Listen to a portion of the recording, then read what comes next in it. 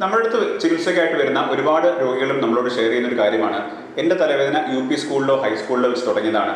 കാണിക്കാത്ത ഡോക്ടർമാരില്ല, ചെയ്യാത്ത ചികിത്സകളില്ല, ഒറ്റമൂലി മന്ത്രവാദം അടക്കം എല്ലാം ശ്രമിച്ചിട്ടും ഇത്രയും വർഷമായിട്ട് ഞാൻ ഈ മൈഗ്രൈൻ തലവേദനയുമായിട്ട് കൊണ്ടു നടക്കുന്നു എന്നുള്ളത്.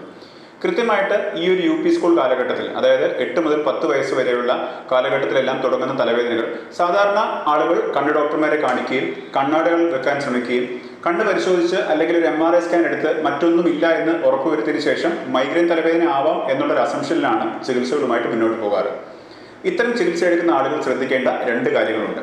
ഒന്നാമതായിട്ട്, ചികിത്സ എടുക്കുമ്പോൾ ഈ ചികിത്സയിൽ എന്താണ് ഔട്ട്കം, അതായത് എത്ര മാസം ചികിത്സ എടുത്തു കഴിഞ്ഞാൽ ഈ അസുഖം എങ്ങനെയാണ് മാറുക, എങ്ങനെയാണ് കുറഞ്ഞു വരിക എന്ന് നിങ്ങൾ ഡോക്ടറോട് കൃത്യമായിട്ട് ചോദിക്കേണ്ടതായിട്ടുണ്ട്.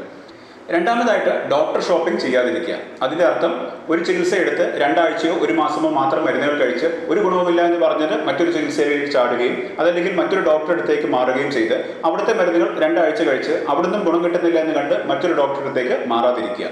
കൃത്യമായിട്ട് ആ ഡോക്ടർ അനുമാനിക്കുന്ന അല്ലെങ്കിൽ ആ ഡോക്ടർ സജസ്റ്റ് ചെയ്യുന്ന കാലം അത്രയും, അത് ഒരുപക്ഷെ 1 മാസമാവാം, 2 മാസമാവാം, ചിലർക്ക് 5-6 മാസമാവാം.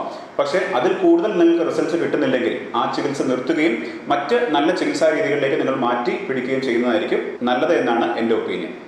ഈ വീഡിയോ കണ്ട എത്ര ആളുകൾക്ക് ഹൈസ്കൂൾ UP കാലഘട്ടം മുതലേ തലവേദന ഉണ്ടായിട്ടുണ്ട് എന്ന് താഴെ കമന്റ് ചെയ്യുമല്ലോ.